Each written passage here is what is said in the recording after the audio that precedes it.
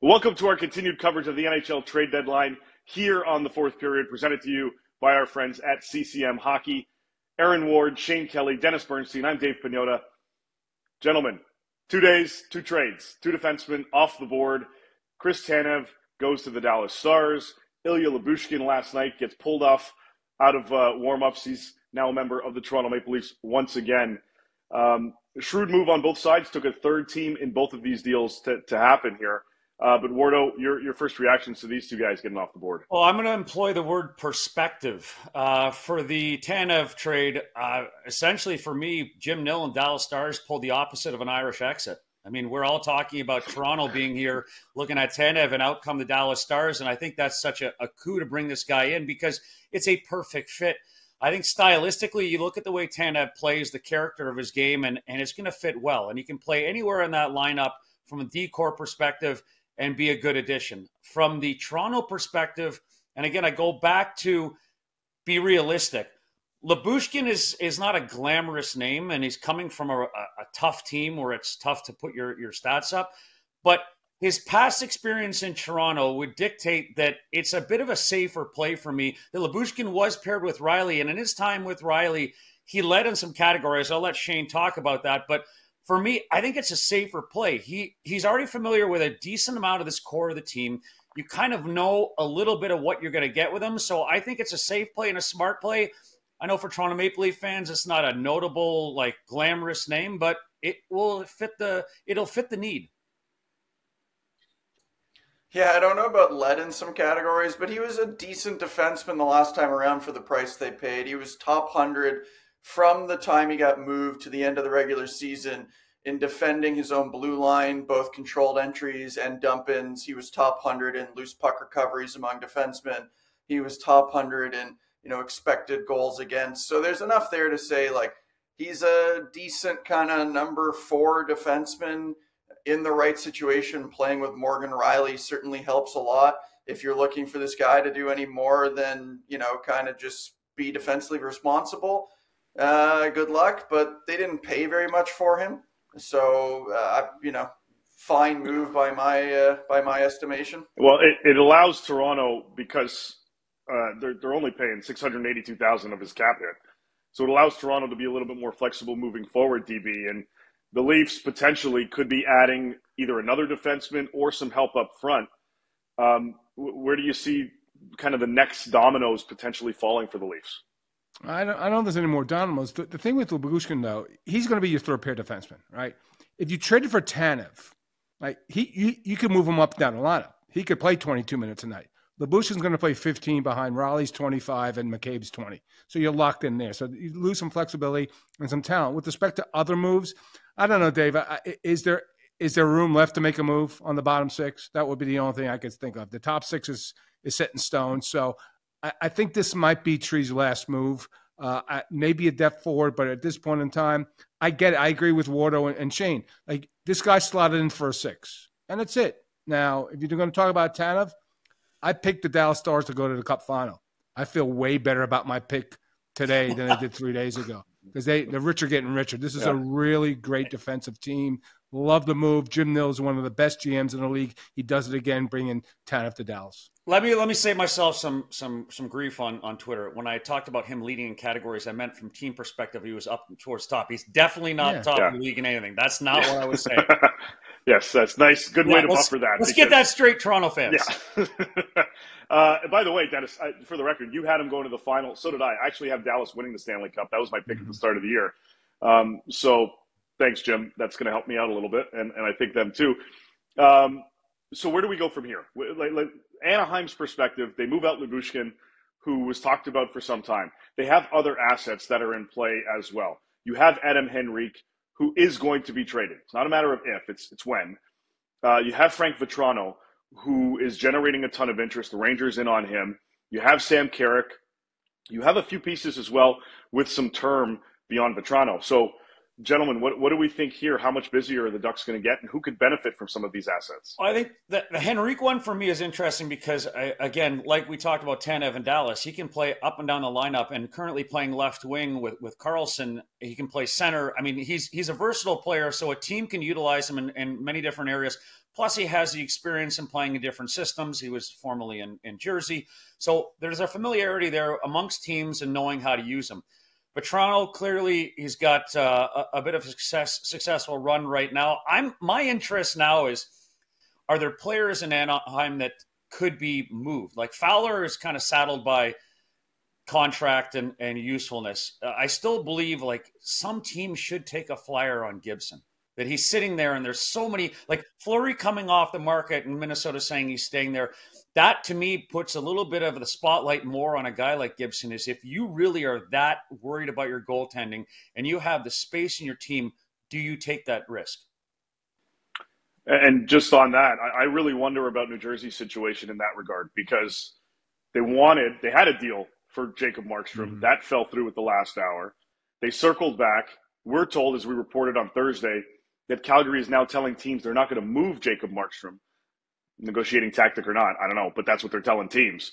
So maybe this allows New Jersey, for example, to pivot and go back to Gibson, somebody that they inquired about before. Shane, what do you think about either that move or what else could happen out of the Ducks? I think if anybody trades for John Gibson without a double retention, they should go get their sanity checked, because that contract is nuts for the player he is and is going to be. But that's how bad the goaltending is, though, around the National Hockey League and the availability of assets. Matter. You're better off taping one of those old like shooting drill things to the net than taking on that contract. Wow. And look, I'm glad he got his money.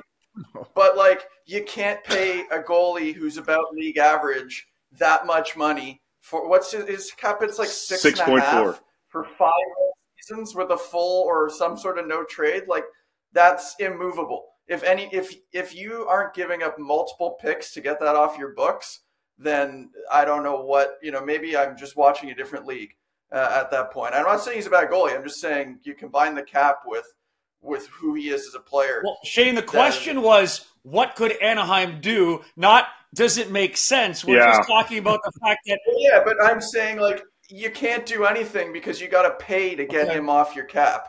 They might. The guys you talked about, Henrique. They might.